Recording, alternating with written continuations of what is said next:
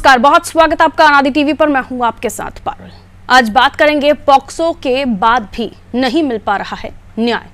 देश का बचपन सिसक रहा है, मासूमियत डरी हुई है क्योंकि यौन शोषण के शिकार बच्चों को इंसाफ नहीं मिल पा रहा है। जितने दोषी सजा पा रहे हैं उससे 3 गुना ज्यादा बरी हो रहे हैं। देश भर के पॉक्सो कोर्ट में 43% मामले लंबित हैं। फास्ट ट्रैक अदालतें ट्रैक पर नहीं चल पा रही हैं। न्याय प्रक्रिया बेपटरी हो चुकी है। 2016 में 60% मामले हर साल में निपटते थे, प्रतिवर्ष निपटते थे। अब 20% भी नहीं निपट पा रहे हैं। ज्यादातर राज्यों में बच्चों को समय पर न्याय नहीं मिल पा रहा है। केवल 14% मामलों में सजा हो पाती है। जितने दोषी सजा पा रहे हैं उससे 3 गुना से ज्यादा बरी हो रहे हैं। बच्चों के लिए 2012 में लाए गए पॉक्सो एक्ट को 10 साल हो चुके हैं। इस एक्ट में सारे मामले फास्ट ट्रैक अदालतों में सुलझाए जाने थे, लेकिन इस एक्ट के मामले भी अब आम अदालतों की तरह सुस्त रफ्तार से सुलझाए जा रहे हैं। फास्ट ट्रैक की गति भी बहुत धीमी है। ऐसे में बच्चों को इंसाफ कैसे मिल पाएगा और क्यों ज्यादातर मामलों में लोग बरी हो जाते हैं, अपराधी बरी हो जाते हैं, ये जानने की कोशिश होगी क्योंकि एक गंभीर मामला है। इस पर आज चर्चा भी कर रहे हैं। उससे पहले आप रिपोर्ट देख लीजिए।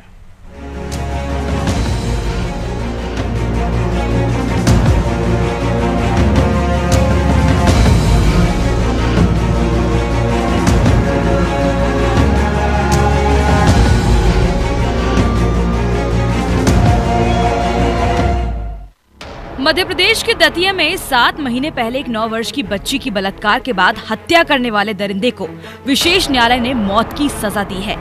लेकिन ये पक्का नहीं है कि दरिंदे को फांसी पर लटका ही दिया जाएगा। अभी विशेष अदालत से ये मामला सुप्रीम कोर्ट तक पहुंचेगा। सालों लगेंगे, उसके बाद पता चलेगा कि क्या सजा मिली है। और यदि फांसी की सजा मिल भी गई तो फांसी देने में भी सालों लग जाएंगे। निर्भया के मामले में हम ये देरी देख चुके हैं। यही कारण है कि बच्चों के लिए विशेष कानून के बाद भी बच्चों के साथ होने वाले यौन शोषण के मामलों में फैसले की रफ्तार बहुत धीमी है और सजा बहुत कम मामलों में मिल पाती है। वर्ष 2012 में जब पॉक्सो एक्ट बनाया गया, उस समय उम्मीद की गई थी कि देश में मासूम बच्चों के साथ दरिंदगी करने वालों को फांसी का फंदा मिलेगा। लेकिन बच्चों के यौन शोषण में जितने लोगों को सजा मिल रही है उससे 3 गुना ज्यादा बरी हो रहे हैं। निचली अदालतों में जिन लोगों को फांसी की सजा मिलती है वो सर्वोच्च अदालत तक पहुंचते पहुंचते कोई छोटी मोटी सजा पाकर मुक्त हो जाते हैं। बच्चों को इंसाफ देने के मामले में लगातार पेंडिंग होते जा रहे हैं। उत्तर प्रदेश में तो 77.7% मामले पेंडिंग है, जो देश में सर्वाधिक है। सारे देश में लगभग 44% मामले अभी भी पेंडिंग है। सबूतों का अभाव और इन्वेस्टिगेशन में लापरवाही के कारण बच्चों से दरिंदगी करने वाले हैवान बाइज्जत बरी हो रहे हैं। आलम यह है कि वर्ष भर में 20% मामले भी नहीं निपट पाते। मामलों में देरी के कारण बच्चे डर के साए में दिन गुजारते हैं। बच्चों को प्रोटेक्शन देने वाले उनके परिजन भी भयाक्रांत रहते हैं। पुलिस की चार्जशीट में छोड़ी गई कमियों के कारण दोषियों को आसानी से मुक्ति मिल जाती है। देश में 28 राज्यों के 408 पॉक्सो फास्ट ट्रैक कोर्ट चल रहे हैं। इन फास्ट ट्रैक कोर्ट के 3,31,000 मुकदमों का विश्लेषण करने से पता चलता है कि कुल 14% आरोपी दोषी ठहराए गए हैं, जबकि 43% मामलों में आरोपी सबूतों या अन्य कानूनी पेशगियों के चलते बरी हो गए हैं। उधर 43% मामले अभी भी लंबित हैं या दूसरी अदालतों में ट्रांसफर किए गए हैं। इन बच्चों से यौन शोषण करने वाले 94% लोग परिचित हैं, इसलिए बच्चों को न्याय आसानी से नहीं मिल पाता है। ब्यूरो रिपोर्ट, अनादि टीवी।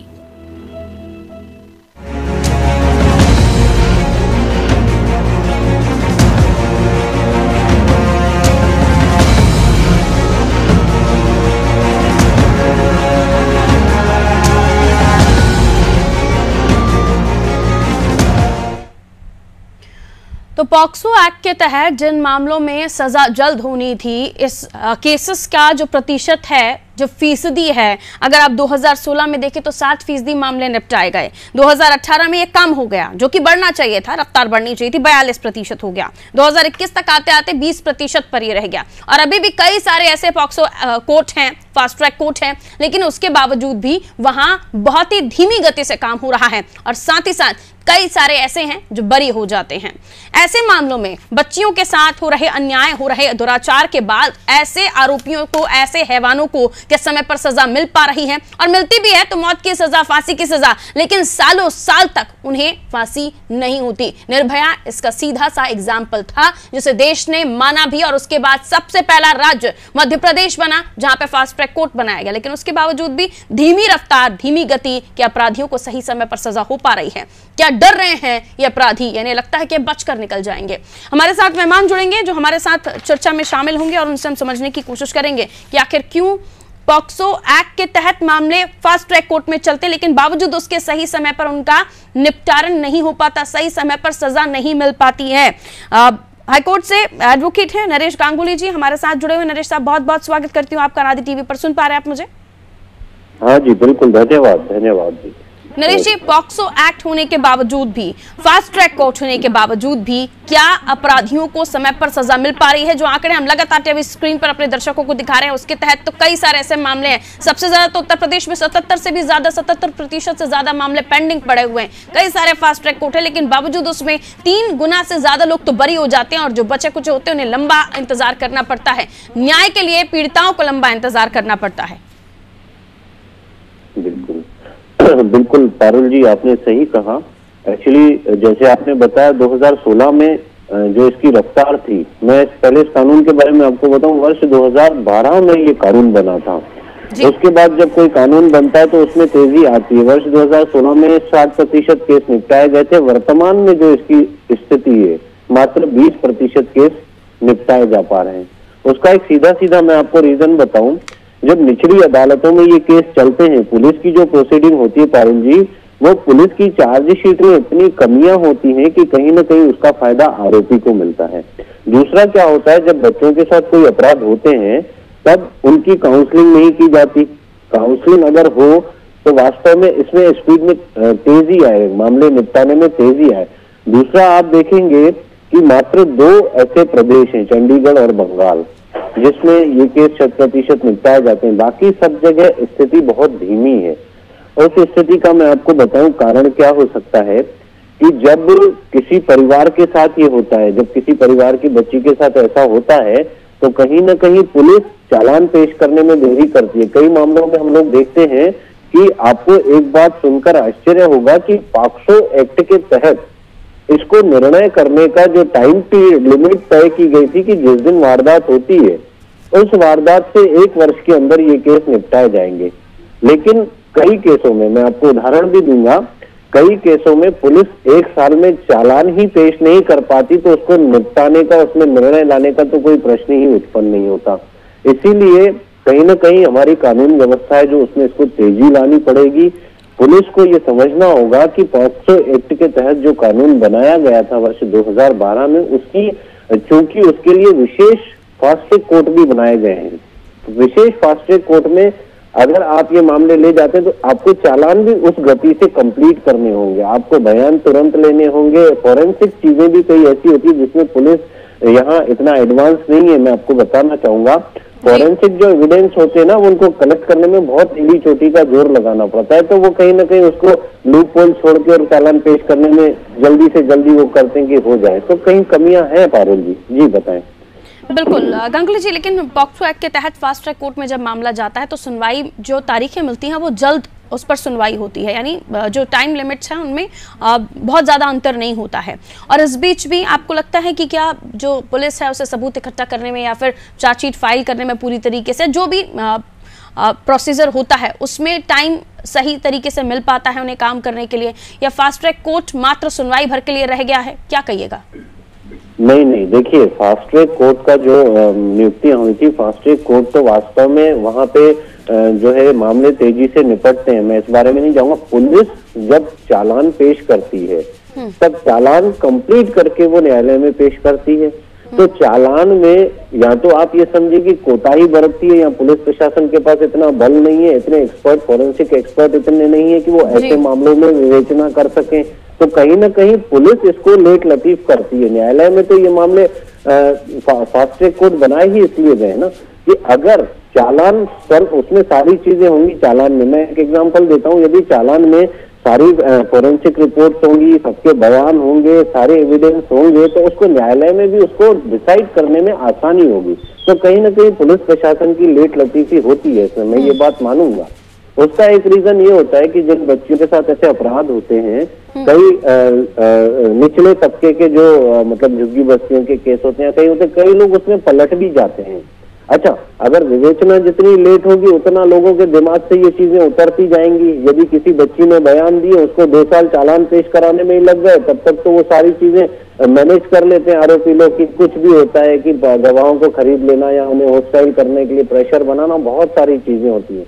तो इस केसों में पारुल जी बहुत अच्छा आज आपने ये एपिसोड दिखाया। इस केस में अगर तुरंत इन्वेस्टिगेशन होती है, तुरंत चालान पेश होता है, तुरंत बयान होते हैं, फोरेंसिक एविडेंस तुरंत कलेक्ट होकर तुरंत माननीय न्यायालय के समक्ष चालान पेश किए जाएं, तो ये बहुत सारी इसमें स्थिति में सुधार आएगा। जी बिल्कुल, लेकिन ये भी सत्य है गांगुली जी जो आप कह रहे हैं कि पुलिस समय पर अगर कार्रवाई करे, इन्वेस्टिगेशन उनकी टाइम टू टाइम शुरू हो जाए, लेकिन इतना बड़ा देश है, इतना बड़ा राज्य और इतने सारे केसेस हैं, और उसके अलावा भी अगर आंकड़ों पर नजर डालिए तो 28 राज्य के 408 पॉक्सो फास्ट ट्रैक कोर्ट हैं, जहां पर 2.5 लाख से ज्यादा मुकदमे ट्रायल पर चल रहे हैं और कई सारे पेंडिंग भी पड़े हुए हैं।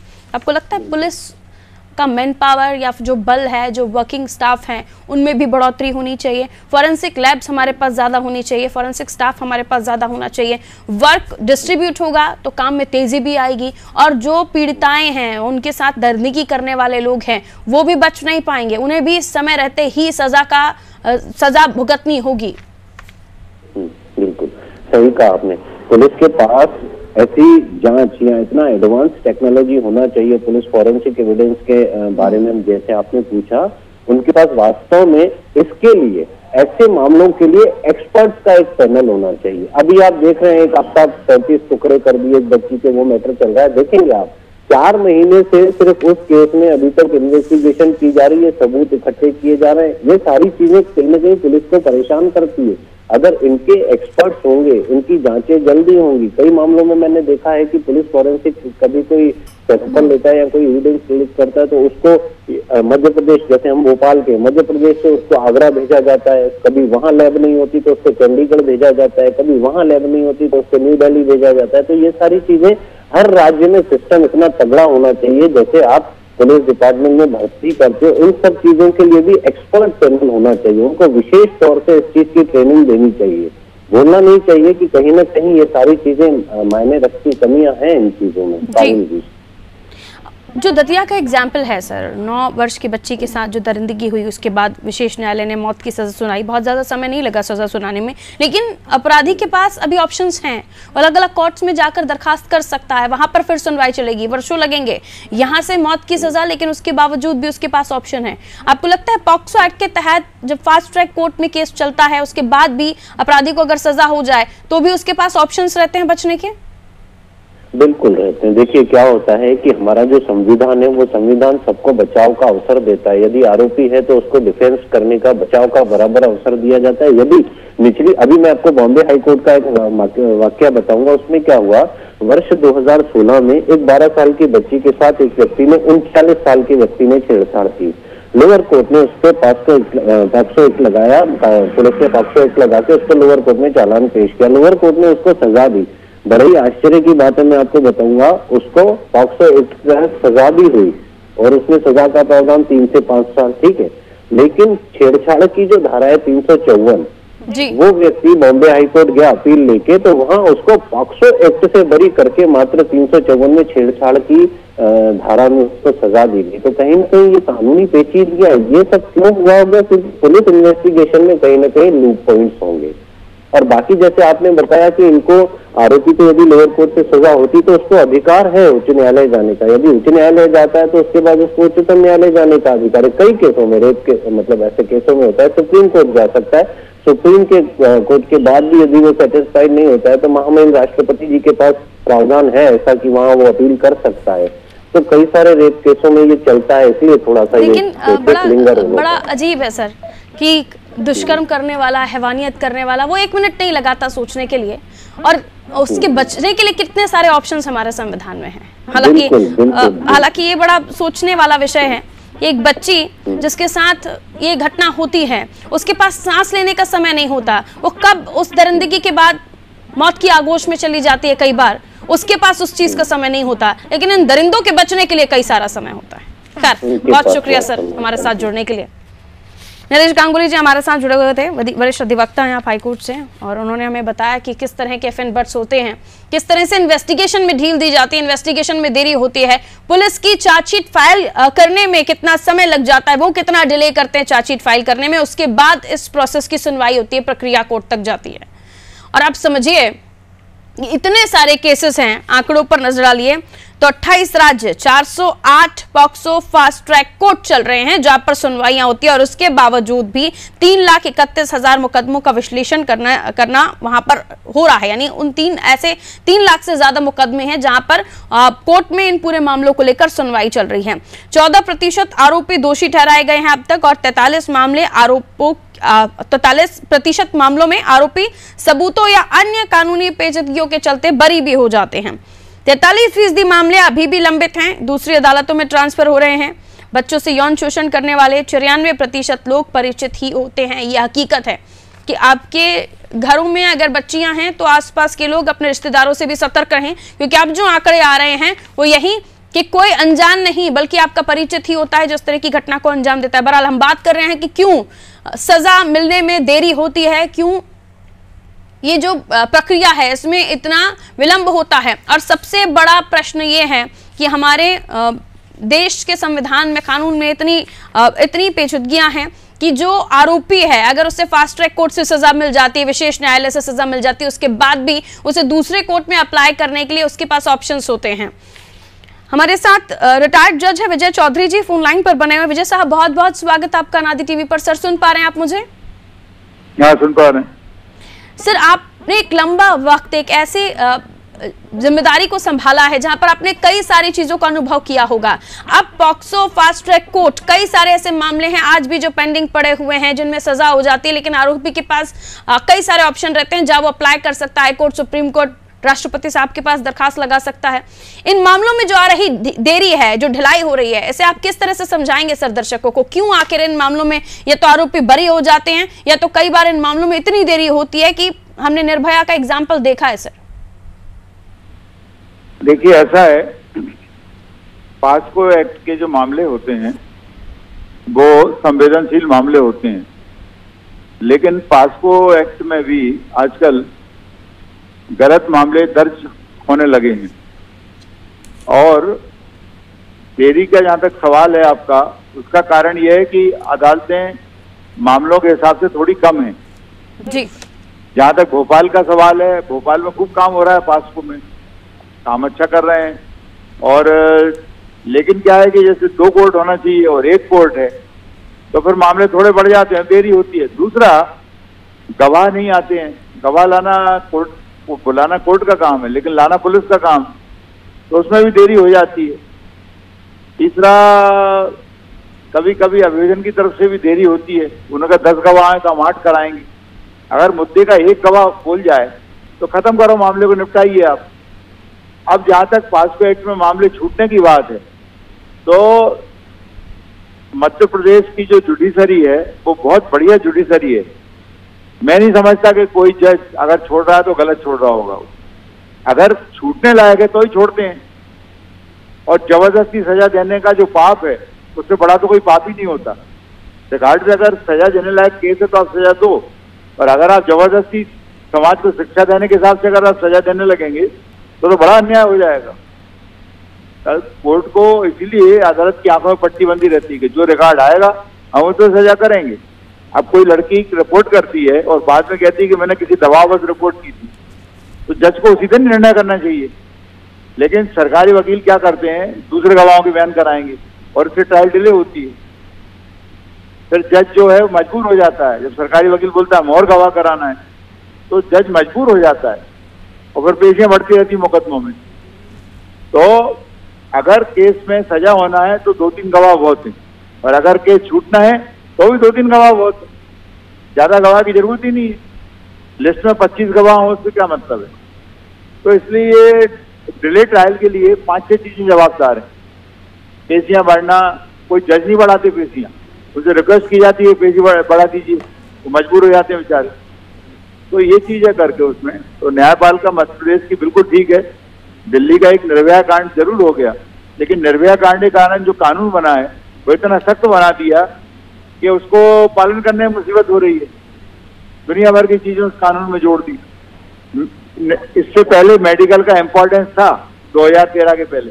अब 6 महीने बाद भी कोई पहुंच जाता है और बिना मेडिकल के केस दर्ज हो जाता है। भाई किसी के शरीर पर कोई चोट आई या कोई गलत काम हुआ है जी, तो सबसे बड़ी चीज क्या है कि मेडिकल सबूत तो आना चाहिए ना कि गलत काम हुआ है। बिल्कुल। बिना मेडिकल केस रजिस्टर कर रहे हैं आजकल पुलिस वालों से पूछा आप क्यों रजिस्टर कर रहे हो, वो कहते रजिस्टर नहीं करो। आपको लगता तो है कि उच्चाधिकारी हमको परेशान करते हैं। पुलिस की इन्वेस्टिगेशन में होती है जिसकी वजह से इन मामलों में डिले भी होता है, केसेस ज्यादा हैं, कोर्ट कम है। जो सरकारी वकील हैं अननेसेसरी टाइम लेते हैं। जब कोई कह रहा है कि भाई मेरे साथ कुछ भी नहीं हुआ, उसी दिन जजमेंट होना चाहिए शाम के पहले, उसमें कोई दिक्कत ही नहीं है जजमेंट होने में। और बिना मेडिकल कोई कैसे चालान पेश कर सकता है? बिना मेडिकल चालान आ रहे हैं सारे के सारे। वह आदमी अपना बयान दे देता है कि मेरे साथ बुरा हुआ तो चालान आ जाता है। भाई देखो तो कि वो चिल्लाया कि नहीं चिल्लाया, पास पड़ोस के लोग क्या कह रहे हैं। दुश्मनी से तो केस नहीं बना दिया है पड़ोसी ने, बिल्कुल। वो भी देखो कोई नहीं देखने को तैयार है। आप अभी थाने चली जाइए, आप 4 लाइन लिखवाइए, अभी कभी केस रजिस्टर कर लेंगे 1 घंटे के अंदर। समझ रही हूँ सर। कई बार मैंने डिबेट्स में समझाया, स्टेट बार काउंसिल का भी चेयरमैन था मैं परसों तक। अभी परसों में मुझे फिर वो चेयरमैन बना दिया 4 तारीख की मीटिंग में स्टेट का। लाख वकीलों का प्रतिनिधित्व करता हूं मैं, 1 लाख वकीलों का। लेकिन सवाल इस बात का है कि सुनने को कोई तैयार नहीं, किसको सुनाओ? ये पॉइंट आता है। बिल्कुल सर, बहुत शुक्रिया हमारे साथ जुड़ने के लिए चौधरी साहब। रिटायर्ड जज विजय चौधरी जी हमारे साथ जुड़े हुए थे, तमाम बारीकियों को उन्होंने हमें समझाया। और ये भी सत्य है कि अब पुलिस इन्वेस्टिगेशन पर सवाल उठ रहे हैं, उनकी तैयारियों पर, चार्जशीट पर सवाल उठ रहे हैं कि बगैर पीड़िता के मेडिकल कराए ही कई बार चार्जशीट जो चालन है वो पेश कर दिया जाता है। इसलिए भी जो कोर्ट में तारीखें बढ़ती हैं उसके पीछे कारण भी ये होता है। लेकिन क्यों आखिर पुलिस की कार्यप्रणाली पर क्योंकि सवाल खड़े हो रहे हैं तो ढिलाई होती है इन्वेस्टिगेशन में? क्यों फॉरेंसिक एक्सपर्ट्स हमारे यहाँ नहीं हैं? और अगर फॉरेंसिक लैब्स हैं तो फॉरेंसिक एक्सपर्ट्स होने चाहिए, ना कि उन सैंपल्स को यहाँ से वहाँ दूसरे राज्यों में घूमना चाहिए। कैलकाटा से लेके बड़ी बड़े जगहों पर पहुँचते हैं सैंपल्स फॉरेंसिक्स लैब में, लेकिन उसके बावजूद भी सही समय पर नहीं कार्रवाई हो पाती है, सही समय पर चालान नहीं हो पाता है। सुप्रीम कोर्ट के वकील हैं विजय पंजवानी जी हमारे साथ जुड़े हैं। विजय जी, बहुत स्वागत आपका अनादि टीवी पर। सर, सुन पा रहे हैं आप मुझे? सुनाई दे रहा है। विजय सर, कैसे देखते हैं आप इस POCSO act fast track court को, और उसके बावजूद जो मामले पेंडिंग पड़े हुए हैं, इसके पीछे कारण क्या मानते हैं सर आप? इसमें मैं देखता हूं कि पेंडिंग से बहुत सारे केसेस पेंडिंग पड़े रहते हैं। अभी हमारी राष्ट्रपति जो है नई, उन्होंने भी एक्चुअली कंप्लेन की है अपने एक भाषण में, इतने सारे क्रिमिनल केसेस पेंडिंग है। अब उसमें ये पॉक्सो वाले भी पेंडिंग हो गए हैं। तो इसमें स्कूल का जो प्रिंसिपल है और टीचर्स हैं और घर में खास करके मदर, इन लोगों का बहुत बड़ा रोल है। पॉक्सो में जो ऑफेंस होता है, बच्चा अपने माँ को बताता है या टीचर को बताता है, तो इन लोगों का बहुत बड़ा रोल रहेगा। और जो डिस्ट्रिक्ट जजेस हैं उनका भी आप इंटरव्यू वगैरह करिए, और किसी ना किसी तरह ये जो खास लोग हैं, टीचर, मदर और डिस्ट्रिक्ट जज, इनको इन्वॉल्व करना है जैसे पेंडेंसी कम हो जाए। Thank you. बिल्कुल सर। अब ऐसे में अब देखना ये होगा कि इस कार्यक्रम के करने के बाद, क्योंकि आप लोग वरिष्ठ हैं, आप लोगों की तरफ से भी सलाहें दी जाती हैं और कई ऐसे रिपोर्ट्स होते हैं जहां पर आपका वर्जन लिया जाता है, तो देखना ये होगा कि अब इन तमाम मुद्दों को उठाने के बावजूद भी क्या इन प्रक्रियाओं में डिले होता है, क्योंकि न्यायालय तक मामला पहुंचता है। जैसे तैसे हमने कोशिशें की हैं कि अब जो पीड़िता है कम से कम वो कंप्लेन करें, कंप्लेन हो रही है तो अब उन्हें न्याय नहीं मिल पा रहा है, और किस तरह से आरोपी बचकर निकल जाते हैं, उन्हें उन पीड़िताओं को फिर दोबारा परेशान करते हैं। ऐसी भी खबरें कई सारी हमने सुनी है सर। तो मैं बताना चाहता हूं कि जो पॉक्सो लॉ है, एक्ट है जी, इसमें 3 चीजें खास हैं। एक तो पेनिट्रेशन है, दूसरा टचिंग है, और तीसरा है दिखाना कोई प्राइवेट पार्ट। तो इस तरह से ये 3 कैटेगरी बनी है। इसको रिपीट करूं मैं जी। तो एक तो टचिंग है, एक दिखाना है और तीसरा है जो बहुत ही संगीन है, वो है पेनिट्रेशन। तो पेनिट्रेशन में तो लाइफ इम्प्रिजनमेंट है। कई लोगों का ये कहना है कि सजाएं इतनी सख्त है इसमें पॉक्सो एक्ट में कि जज का मन ही नहीं करता कि आगे केस बढ़ाए। बहुत सख्त है। अगर सजाएं कम कर दी जाए तो इसका पेंडेंसी कम हो जाएगा, ऐसा मानना है कई लोगों का। मेरा नहीं है ये मानना। मेरे हिसाब से जो पनिशमेंट्स हैं बहुत रिगरस पनिशमेंट्स हैं, बहुत भारी पनिशमेंट्स हैं। लाइफ इम्प्रिजनमेंट में है, 10 साल की सजा है, 5 साल की सजा है, तो ये रहनी चाहिए। बिल्कुल पंचवती जी, बहुत शुक्रिया हमारे साथ जुड़ने के लिए। ये बात भी हमारे साथ जो वकील साहब जुड़े हुए थे, सुप्रीम कोर्ट के अधिवक्ता विजय पंजवानी जी, उन्होंने कहा कि कई सारे ऐसे जज हैं जो ऐसे मामलों में सज़ा देने में थोड़ा सा कतराते हैं क्योंकि उन्हें लगता है कि बहुत गंभीर सज़ा है। क्या आपने ये कभी सोचा है कि जिस शख्स ने जिस गंदगी को किया है, जिस हैवानियत को किया है, उसने कभी सोचा होगा कि उसको कितनी बड़ी सज़ा मिल सकती है? कई सारे ऐसे मामले हैं जिनको लेकर ध्यान रखना ज़रूरी है और इस मामले में पुलिस पर सवाल उठ रहे हैं, उनको भी अपने कार्य में तेज़ी लाने की ज़रूरत है। इसी के साथ मुझे दीजिए इजाज़त। देखते रहिए अनादि टीवी। नमस्कार।